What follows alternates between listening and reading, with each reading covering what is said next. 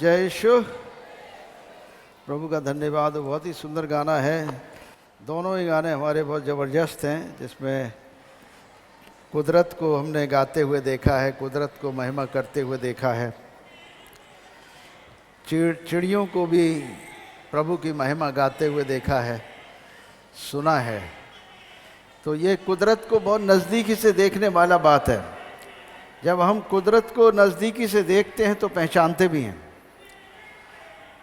परमेश्वर के का अक्स,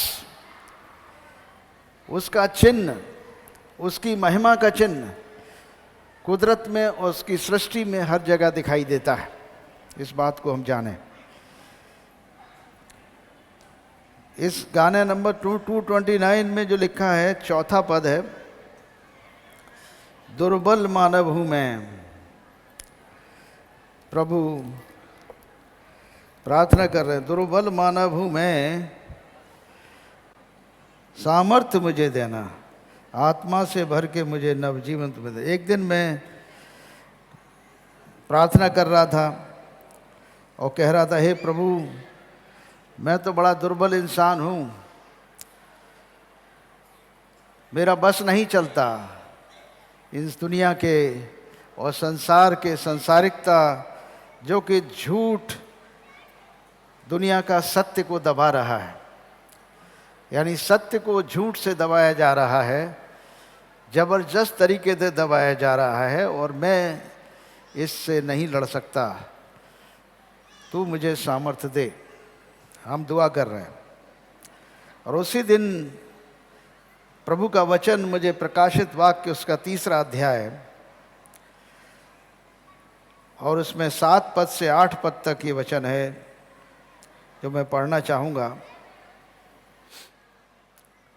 फिलाडेल्फिया की कलीसिया के दूत को ये लिख, यीशु दरबार की कलीसिया को ये लिख दे, आत्मा कह रहा है, जो पवित्र और सत्य है और जो दाऊद की कुंजी रखता है, जिसके खोले हुए को कोई बंद नहीं कर सकता और बंद किए हुए को कोई खोल नहीं सकता।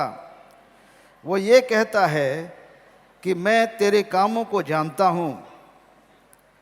पवित्र आत्मा मुझसे कह रहा है, मैं तेरे कामों को जानता हूँ। देख, मैंने तेरे सामने एक द्वार खोल रखा है जिसे कोई बंद नहीं कर सकता। तेरी सामर्थ्य तो थोड़ी सी है, तेरी सामर्थ्य थोड़ी सी तो है, फिर भी तूने मेरे वचन का पालन किया है और मेरे नाम का इनकार नहीं किया। हालेलुया। प्रभु के वचन का पालन करना और उसके नाम का इनकार न करना दुर्बलता के बावजूद भी परमेश्वर को महिमा देता है। हालेलुया। परमेश्वर की उपस्थिति का ये प्रमाण है मेरे प्रियो, जो आप दरबार में आज देख रहे हो। क्योंकि जब परमेश्वर खड़ा होता है तो शैतान उसके कामों का नाश होता है। परमेश्वर का पुत्र यीशु मसीह, जैसा पहला यूहन्ना 3 अध्याय और उसके 8 पद में लिखा है, परमेश्वर का पुत्र इसलिए प्रकट हुआ कि शैतान के कामों का नाश करे। और जहां भी शैतान की उपस्थिति होगी, प्रभु यीशु मसीह के आने पर निकलने लगते हैं, दौड़ने लगते हैं, घबराने लगते हैं कि ये कहां आ गए हम, परमेश्वर की उपस्थिति में कैसे आ गए। दुष्ट आत्माएं घबराती और तड़पती हुई निकलती हैं। देख, मैं शैतान के उन संभाल वालों को तेरे वश में कर दूंगा जो यहूदी बन बैठे हैं पर हैं नहीं, वरन झूठ बोलते हैं। देख, मैं ऐसा करूंगा, वे आकर तेरे पैरों पर गिरेंगे और ये जान लेंगे कि मैंने तुझसे प्रेम रखा है। तूने मेरे धीरज के वचन को थामा है, इसलिए मैं भी तुझे परीक्षा के समय बचा कर रखूंगा। और जो पृथ्वी पर रहने वालों के परखने के लिए सारे संसार पर आने वाला है, मैं शीघ्र आने वाला हूँ। यीशु कह रहे हैं, मैं शीघ्र आने वाला हूँ, और जो कुछ तेरे पास है उसे थामे रहे कि कोई तेरा मुकुट छीन न ले। जो जय पाए उसे मैं अपने परमेश्वर के मंदिर में एक खंबा बनाऊंगा और वो कभी बाहर न निकलेगा। और मैं अपने परमेश्वर का नाम और अपने परमेश्वर के नगर अर्थात नए यरूशलेम का नाम जो मेरे परमेश्वर के स्वर्ग से उतरने वाला है, और अपना नया नाम उस पर लिखूंगा।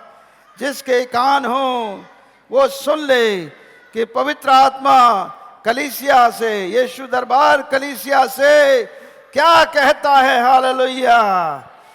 शिब्र दोरेबा हल मजाही दारी हंसा कुरियंदलेबा इलाहींदा रूमा सरियंदोरेबा रहा लबा लबा किरियंदलेमा शद्रुहंदलेबा रहा। परमेश्वर का आत्मा हमसे बातें कर रहा है। यीशु मसीह की उपस्थिति यहाँ पर है। उसके हजारों लाखों पाक स्वर्गदूत इस इलाके में हैं, जो हर वक्त उन सब ईमानदारों के साथ हैं, उन विश्वासियों के साथ हैं जो यीशु मसीह के नाम पर विश्वास रखते हैं। आज प्रभु आपसे बातचीत करेगा। इस दौरान जब हम परमेश्वर के वचन को सुनेंगे और सीखेंगे, प्रभु का वचन भजन संहिता 68 और उसका 1 और 2 पद में पढ़ूंगा। जो हो रहा है वो दिखाई दे रहा है। ये सब हो रहा है जो दिखाई दे रहा है। परमेश्वर उठे और उसके शत्रु तितर बितर हों और उसके बैरी उसके सामने से भाग जाएं। जैसे धुआं उड़ जाता है वैसे ही तू उनको उड़ा दे। जैसे मोम आग की आंच से पिघल जाता है वैसे ही दुष्ट लोग परमेश्वर की उपस्थिति से नष्ट हों। यानी परमेश्वर की उपस्थिति जहां होगी वहां दुष्ट आत्माएं अपने आप घबरा घबरा कर निकल कर भागेंगी। ये जो आप देख रहे हो, एक तरफ से दुष्ट आत्माएं भागना शुरू कर दी, क्योंकि प्रभु यीशु मसीह यहाँ पर मौजूद हैं। आमीन। वो यहाँ मौजूद हैं क्योंकि उन्होंने अपने वचन में कहा, मत्ती रचित सुसमाचार उसके 18 अध्याय और उसके मत्ती के 18 अध्याय और उसके 20 पद में यीशु ने कहा, जहां 2 या 3 जन मेरे नाम से इकट्ठे होते हैं मैं उनके बीच में हूं। यानी प्रभु की उपस्थिति हमारे मध्य में है। वो यहाँ आ चुका है। जहां 2 या 3 जन मेरे नाम से इकट्ठे होंगे मैं उनके बीच में हूं। वो आ चुके हैं प्रभु आपके मध्य में। इस समय हम प्रभु के वचन से देखेंगे कि हमें धन्यवादी होना चाहिए हर वक्त। धन्यवाद तू प्रभु का कर उठकर सुबह और शाम। हमेशा धन्यवाद करना चाहिए सुबह और शाम। सुबह उठते समय उसका धन्यवाद करें जिसने हमें रात भर सुरक्षित रखा और सुबह की रोशनी दिखाई, जिंदगी का नया दिन दिया। हमें उसके लिए धन्यवाद करना चाहिए। हर रोज खाते उठते बैठते प्रभु का धन्यवाद करो। यीशु मसीह ने एक घटना का जिक्र किया, लूका ने जिक्र किया है यीशु मसीह की देखी आंखों देखी घटना का। लूका नबी की किताब उसका 17 अध्याय 11 पद से 19 पद तक। लूका नबी की किताब उसका 17 अध्याय 11 से 19। इस प्रकार यहाँ लिखा हुआ है। ये घटना ऐसी है, ये ऐसा हुआ कि यीशु यरूशलेम जाते हुए सामरिया और गलील के बीच से होकर जा रहा था। किसी गांव में प्रवेश करते समय उसे 10 कोढ़ी मिले। उन्होंने दूर खड़े होकर ऊंचे शब्द से कहा, यीशु, हे स्वामी, हम पर दया कर। ये कोढ़ी लोग गांव के बाहर रहा करते थे, गांव के अंदर नहीं रह सकते थे। और वो बाहर किसी के नज़दीक भी नहीं, यदि कोई उनके नज़दीक से निकलता था तो वो चिल्लाते थे ताकि आप उनके नज़दीक ना आए। यहाँ पर क्या हो रहा है, यीशु मसीह उसी तरफ से निकल रहे हैं, कोढ़ियों के पास से निकलने वाले, और कोढ़ी चिल्लाने लगे। उन्होंने सुन रखा था कि यीशु मसीह जो परमेश्वर का पुत्र है वो अंधों की आंखें खोलता है, बहरों के कान खोलता है, गूंगे को जुबान देता है, लगड़ों को चलाता है, बीमारों को चंगा करता है, दुष्ट आत्माओं को निकालता है, मुर्दों को जिंदा करता है। वो आश्चर्य कर्म करता है। वो परमेश्वर का पुत्र है, दया करता है, अनुग्रह करता है, पापियों के पाप क्षमा करता है और चंगा करता है। ये कोढ़ी जानते थे, सुन चुके थे यीशु की तारीफ, लेकिन उसके पास आ नहीं पा रहे थे।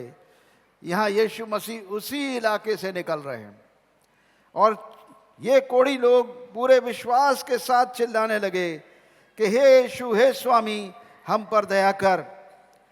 उसने उन्हें देखकर कहा, जाओ और अपने आप को याजकों को दिखाओ।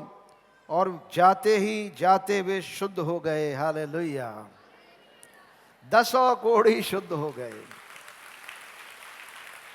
प्रभु ने उनके विश्वास के अनुसार उन्हें जवाब दे दिया। और उस जमाने में याजक लोग बीमारों की जांच करते थे, यानी मंदिर के याजक यदि कोई ठीक हो गया है तो उसकी जांच करते थे और उसी के हिसाब से उन्हें भेंट देनी पड़ती थी मंदिर में, तब वो समाज के अंदर आ सकते थे, वरना समाज से तिरस्कृत और गांव से बाहर रहा करते थे कोढ़ी लोग। कितना गंभीर लाइफ रही होगी, कितनी कठिन जिंदगी रही होगी उनकी। प्रभु देख रहे हैं। और ऐसा हुआ कि उनमें से एक ये देखकर कि मैं चंगा हो गया हूं, ऊंचे शब्द से परमेश्वर की बड़ाई करता हुआ लौटा। मतलब 10 कोढ़ी थे, 10 शुद्ध हो गए। उनमें से एक लौट कर आता है और प्रभु यीशु मसीह का धन्यवाद करता है। यीशु के पांव पर मुंह के बल गिरकर उसका धन्यवाद करने लगा। और वो सामरी व्यक्ति था, यानी यहूदी जाति का नहीं था, सामरी था। इस पर यीशु ने कहा, क्या 10 शुद्ध न हुए? फिर वे 9 कहाँ हैं? क्या इस परदेशी को छोड़ कोई और न निकला जो परमेश्वर की बड़ाई करता? तब उसने उनसे कहा, उठकर चला जा, तेरे विश्वास ने तुझे चंगा किया है। हालेलुया। तेरे विश्वास ने तुझे चंगा किया है। मेरे प्रियो, यहाँ कोई मंत्र नहीं है, न कोई जादू है, न टोना है। यहाँ हम केवल विश्वास की बात करते हैं विश्वासियों के साथ। विश्वास की बात विश्वासियों से करते हैं। जो विश्वास करेगा वो कभी लज्जित न होगा। यीशु का वचन है। जिस विश्वास को लेकर हम आए हैं परमेश्वर के राज्य में और यीशु मसीह के दरबार में, अगर कोई करेंसी यानी कोई सिक्का चलता है तो केवल विश्वास का। यहाँ सोना और चांदी नहीं चलता, विश्वास ही चलता है। और जो विश्वास करता है परमेश्वर उसे कभी निराश होने नहीं देता। इन कोढ़ियों ने 10 ने विश्वास किया। 10 ने विश्वास किया कि यीशु मसीह में सामर्थ है, वो परमेश्वर का पुत्र है और अगर हम पर उसकी दया हो जाएगी तो हम चंगे हो जाएंगे। उन्हें विश्वास था, इसलिए वो यीशु मसीह को चिल्लाने लगे, हे प्रभु, हे यीशु, हे स्वामी, हम पर दया कर। और प्रभु ने कहा, जाओ अपने आप को याजकों को दिखा दो। और वो सब के सब जाते जाते चंगे हो गए। परंतु एक ही व्यक्ति उनमें से लौट कर आया, जो बाहरी व्यक्ति था, जो उनकी जाति का नहीं था, यहूदियों की, वो सामरी था। यीशु कहने लगे, क्या इस परदेशी को छोड़ कोई और न निकला जो परमेश्वर की बड़ाई करता? तब उसने कहा, उठकर चला जा। ये धन्यवाद देने की आदत, धन्यवाद देने की प्रवृत्ति हमारे अंदर बहुत अच्छी तरह से होनी चाहिए। यदि हम एक दूसरे को धन्यवाद देंगे, यदि किसी ने आपको बैठने को कुर्सी दे दी तो उसके लिए धन्यवाद बोले, किसी ने एक गिलास पानी दे दिया तो उसके लिए धन्यवाद बोलें, कोई आपको रास्ता बता दे आप तो धन्यवाद कहिए। ये सब धन्यवाद देने वाला एटीट्यूड, ये प्रवृत्ति, जब हम मनुष्यों को धन्यवाद देते हैं तो परमेश्वर को भी धन्यवाद देना कभी नहीं भूलेंगे। उसकी सारी कृपा को हम भूल नहीं सकते जो उसने हम पर की है। हमें धन्यवाद देना जानना चाहिए। इसलिए हम परम प्रधान परमेश्वर का धन्यवाद करते हैं कि आज हम आपके मध्य में खड़े होकर प्रभु के सुसमाचार का प्रचार कर सकते हैं।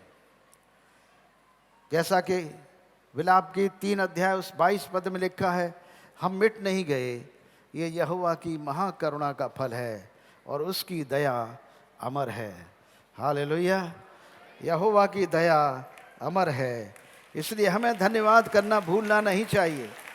प्रभु धन्यवाद के अलावा हम उसे दे ही क्या सकते हैं। भजन संहिता 50 अध्याय उसके 8 पद से, मैं तुझ पर मेल बलियों के विषय में दोष नहीं लगाता, तेरे होम बलि नित्य मेरे सामने चढ़ते। उस ज़माने में होम बलि और जानवरों की बलियां चढ़ाई जाती थीं। प्रभु का वचन कह रहा है कि मैं न तो तेरे घर से बैल और न तेरे पशुशाला से बकरे लूँगा, क्योंकि वन के सारे जीव जंतु और हजारों पहाड़ों के जानवर मेरे ही हैं। पहाड़ों के सब पक्षियों को मैं जानता हूँ, मैदान के चलने फिरने वाले जानवर मेरे ही हैं। यदि मैं भूखा होता तो तुझसे न कहता, क्योंकि जगत और जो कुछ उसमें है वो मेरा ही है। मतलब परमेश्वर कह रहा है कि तुम कुर्बानियाँ देकर जानवरों की मुझे प्रसन्न करना चाहते हो, मुझे खिलाना चाहते हो। फिर 13वें पद में प्रभु कह रहे हैं, क्या मैं बैल का मांस खाऊं या बकरों का लहू पीऊं? कुछ नहीं, ये सब मेरे हैं जानवर, मैं इनका भूखा नहीं हूं। मुझे इसकी कुर्बानी नहीं चाहिए, मुझे चाहिए तो तुम्हारे मन की कुर्बानी चाहिए, गुनाह से फिरने की कुर्बानी चाहिए। अपने मन को फिराकर अपने पापों से क्षमा करो, अपने मन को तोड़ो, ये कुर्बानी करो। टूटा मन परमेश्वर के योग्य बलिदान है। परमेश्वर को धन्यवाद ही का बलिदान चढ़ा और परम प्रधान के लिए अपनी मन्नतें पूरी कर, और संकट के दिन मुझे पुकार, मैं तुझे छुड़ाऊंगा और तू मेरी महिमा करने पाएगा। हालेलुया। प्रभु का वचन फिर इसी में 23 पद में कहता है, धन्यवाद के बलिदान चढ़ाने वाला मेरी महिमा करता है। जब हम प्रभु का धन्यवाद करते हैं तो उसकी महिमा करते हैं, और जो अपना चरित्र उत्तम रखता है उसको मैं अपना किया हुआ उद्धार दिखाऊंगा। भजन संहिता 51 उसका 17 पद कहता है, टूटा मन मनुष्य का। अभी मन के बारे में भजन सुना था हमने, मन के बारे में बहन अनीता ने गाया था, मन के बारे में। टूटा मन परमेश्वर के योग्य बलिदान है। हे परमेश्वर, तू टूटे और पिसे हुए मन को तुच्छ नहीं जानता। मेरे प्रियो, ये सत्य है कि परमेश्वर टूटे मन से जब प्रार्थनाएं की जाती हैं उसका उत्तर देता है। वो जानता है कि ये टूटा हुआ मन टूटी आत्मा है, ये दुखी आत्मा है, और ये जब दुखी आत्मा है आंसुओं के साथ प्रभु से प्रार्थना करती है तो हमारा जीवित परमेश्वर हमारी प्रार्थनाओं का उत्तर देता है। वो उसकी आंखें हैं, वो देखता है, उसके कान हैं, वो सुनता है, उसके जुबान है, वो बोलता है। हालेलुया। वो अंधा बहरा और गूंगा ईश्वर नहीं है मेरे प्रियो। जिसने हमारी जुबान बनाई है वो बोल सकता है। जिसने हमें आंखें दी हैं, हमारी आंखें बनाई हैं, वो देख सकता है। जिसने हमारे कान बनाए हैं वो सुन सकता है। जिसने हमारा मन बनाया है उसका भी मन है, उसका मन है, और उसका मन है कि हर मनुष्य अपना मन फिराए और अपनी बुरी चाल को छोड़ दे। परमेश्वर हर एक मनुष्य से चाहता है कि दुष्ट अपना मन फिराए और अपनी बुरी चाल को छोड़ दे। वो किसी दुष्ट के मरने से प्रसन्न नहीं होता, बर्बाद होने से प्रसन्न नहीं होता। परमेश्वर, बाइबल का परमेश्वर साफ कहता है, मैं किसी दुष्ट के मरने से प्रसन्न नहीं होता, परंतु प्रसन्न होता हूं कि दुष्ट मन फिराए और अपनी बुरी चाल को छोड़ दे। परमेश्वर उससे प्रसन्न होता है। मेरे प्रियो, परमेश्वर की भविष्यवाणी के वचन के लिए मैं धन्यवाद करता हूं जो प्रभु ने मुझे बताया और मैं प्रार्थनाएं कर रहा था उस वक्त। आमोस की किताब उसका 9 अध्याय और उसके 11 पद से, आमोस की किताब उसका 9 अध्याय उसके 11 पद से, उस समय मैं दाऊद की गिरी हुई झोपड़ी को खड़ा करूंगा और उसके बाड़े के नाकों को सुधारूंगा और उसके खंडरों को फिर बनाऊंगा, और जैसा वो प्राचीन काल में था उसको वैसा ही बना दूंगा। हालेलुया। प्रभु कह रहा है कि मैं तेरे दरबार यीशु को, तेरे विश्वविद्यालय को, जैसा वो प्राचीन काल में ख्याति थी उसकी, वैसा उससे ज़्यादा बना दूंगा, उससे ज़्यादा बना दूंगा, उससे बेहतर कर दूंगा। जिससे वे बचे हुए एदोमियों को और सब जातियों को जो मेरी कहलाती है अपने अधिकार में लें। यहोवा जो ये काम पूरा करता है उसकी वाणी है, यहोवा की वाणी है। देखो ऐसे दिन आते हैं कि हल जोतने वाला लवने वाले को और दाख रौंदने वाला बीज बोने वाले को जा लगेगा, और पहाड़ों से नया दाख मधुट लगेगा, और सब पहाड़ियाँ से बह निकलेगा। मैं अपनी प्रजा इज़राइल के बंदियों को लौटा ले आऊँगा। जो हमारे भाई बंदी हो गए हैं, भाई हरबर्ट, भाई अशोक सिंह, भाई मोहम्मद इम्तियाज़, प्रभु का वचन कहता है मैं उन्हें वापस ले आऊँगा। आमीन। और वे उजड़े हुए नगरों को सुधार कर उनमें बसेंगे। वे दाख की बारियां लगाकर दाख मधु पिएंगे और बगीचे में लगाकर उनके फल खाएंगे। मैं उन्हें उन्हीं की भूमि में बोऊंगा और वे अपनी भूमि में जो उन्हें मैंने दी है फिर कभी उखाड़े न जाएंगे, यानी फिर कभी उखाड़े न जाएंगे। यहोवा की वाणी है ये, तुम्हारे परमेश्वर यहोवा का यही वचन है। बोलो आमीन, आमीन। स्वर्ग और पृथ्वी में प्रभु का वचन पूरा हो। आमीन। प्रभु का वचन जो यज़ेकेल नबी की किताब और उसके 36 अध्याय और उसके 8 पद से भाई राजेंद्रन ने हमसे ये बात शेयर की। पास्टर राजेंद्रन हैं यहाँ पर, बहन कृष्ण कुमारी हैं। 2005 में उन्होंने मुझसे एक बात शेयर किया था, जब एक बड़ी मुसीबत, एक तूफान आया था हमारी संस्था पर। उन्होंने यशाया 41:10 दिया था हमें। हमारे प्रार्थना भवन में बैठे थे हम, वो हमसे मिलने आए। उन्होंने कहा बाबा जी आपके लिए एक वचन है। हमने कहा दीजिए। उन्होंने कहा यशाया 41:10, मत डर, मैं तेरे साथ हूँ, इधर उधर मत ताक, क्योंकि मैं तेरा परमेश्वर हूँ। मैं तुझे दृढ़ करूँगा, मैं तेरी सहायता करूँगा और अपने धर्म में दाहिने हाथ से तुझे संभाले रखूँगा। मुझे ऐसे लगा जैसे एक भूखे को रोटी मिल गई हो। परमेश्वर के वचन को का भूखा और प्यासा जब उसे ग्रहण करता है तब वचन काम करता है। परमेश्वर का वचन जिंदा वचन है, जिंदा परमेश्वर का वचन है। जब इस वचन को हम अपनी परिस्थिति में, अपने हालात में ग्रहण करते हैं तो यही वचन देहधारी हो जाता है। हालेलुया। ये हमारी देह में देहधारी हो जाता है, हमारी परिस्थिति में देहधारी हो जाता है और हमें जयवंत करता है। ये प्रभु का वचन है। हालेलुया। लिखा है, परंतु हे इज़राइल के पहाड़ों, तुम पर डालियां पनपेंगी और उनके फल मेरी प्रजा इज़राइल के लगेंगे। यानी यीशु दरबार श्वार्ट्स के लोगों के लिए कह रहा है प्रभु, क्योंकि उसका लौट आना निकट है। उसका लौट आना निकट है। ये 3 तारीख को प्रभु दर्शन में इनको दिया, 4 को हम आए प्रभु का वचन सुनाए। हालेलुया। प्रभु का वचन सुनाने के लिए लौटे। देखो मैं तुम्हारे पक्ष में हूँ और तुम्हारे ऊपर कृपा दृष्टि करूँगा और तुम जोते और बोए जाओगे। यानी वो इस ज़मीन को बोल रहा है। और मैं तुम पर बहुत मनुष्य अर्थात इज़राइल के सारे घराने को बसाऊंगा, विश्वासियों का घराना, और नगर फिर बसाए जाएंगे, खंडर फिर बनाए जाएंगे। मैं तुम पर मनुष्य और पशु दोनों को बहुत बढ़ाऊंगा और वे बढ़ेंगे और फूलेंगे फलेंगे, और मैं तुमको प्राचीन काल के समान बनाऊंगा, प्राचीन काल के समान बसाऊंगा और पहले से अधिक तुम्हारी भलाई करूंगा। तब तुम जान लोगे कि मैं यहोवा हूँ।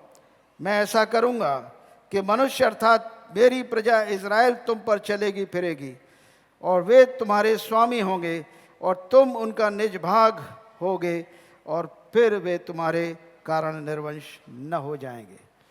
प्रभु का वचन है। आमीन। यानी इस भवन की, इस प्रभु के भवन की महिमा इसकी पुरानी महिमा से बढ़कर होगी, और इस भवन में मैं शांति दूंगा। सेनाओं के यहोवा का यही वचन है। यानी हगाई और 2 अध्याय उसके 9 पद में जिस वचन को मैंने 1996 में दीवालों पर लिखवा दिया था, आज भी लिखा हुआ है। और प्रभु का वचन फिर यही बात बोल रहा है कि इस भवन की महिमा इसकी पुरानी महिमा से बढ़कर होगी और इस भवन में मैं शांति दूंगा। सेनाओं के यहोवा का यही वचन है। आमीन। प्रभु के वचन पर हम निर्भर हों, प्रभु के वचन से हम आशीष पाएं, प्रभु के वचन से हम बरकत पाएं। और हम देख रहे हैं लगातार प्रभु का वचन कारगर हो रहा है और वो अपने वचन के द्वारा ही हमारी रक्षा करता है, अपने वचन के द्वारा ही अपने दूतों को भेजकर हमारी रक्षा करता है। भजन संहिता 34 और उसका 7 पद कहता है, यहोवा के डरवैयों के चारों ओर उसका दूत छावनी किए हुए उनको बचाता है। हालेलुया। यहोवा के डरवैये यानी परमेश्वर यीशु मसीह के डरने वाले लोग, उससे भय करने वाले लोग, उनके साथ उसका दूत यानी स्वर्गदूत फरिश्ता छावनी किए हुए उनकी रक्षा करता है। आपकी रक्षा प्रभु यहोवा का स्वर्गदूत करेगा, छावनी किए हुए करेगा। प्रभु आपको शांति देगा, आपके घरों में शांति देगा, आपके परिवारों में शांति देगा, आपके शहर आपके गांव में शांति देगा, हमारे प्रदेश में और हमारे देश में शांति देगा। ये उसका वचन है और यही हमारी प्रार्थना है, यीशु मसीह के नाम से। आमीन।